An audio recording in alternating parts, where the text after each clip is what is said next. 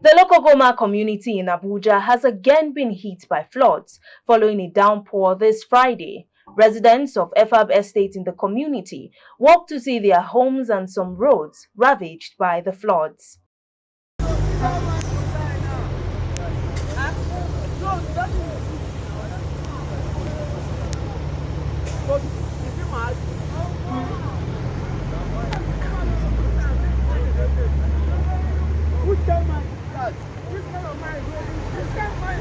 Another set of tears greeted the ruins of property of affected residents at Trademore Estate in Lugbe area of the Federal Capital Territory, where flood destroyed houses, overwhelmed buildings, rendering families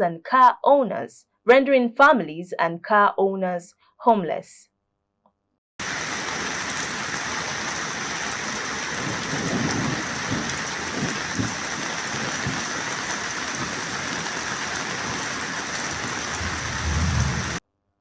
Abuja has seen some devastating floods in recent years, with some casualties. The Nigeria Meteorological Agency had in January warned Nigerians to prepare for earlier than normal onset of rainfall in most parts of the country.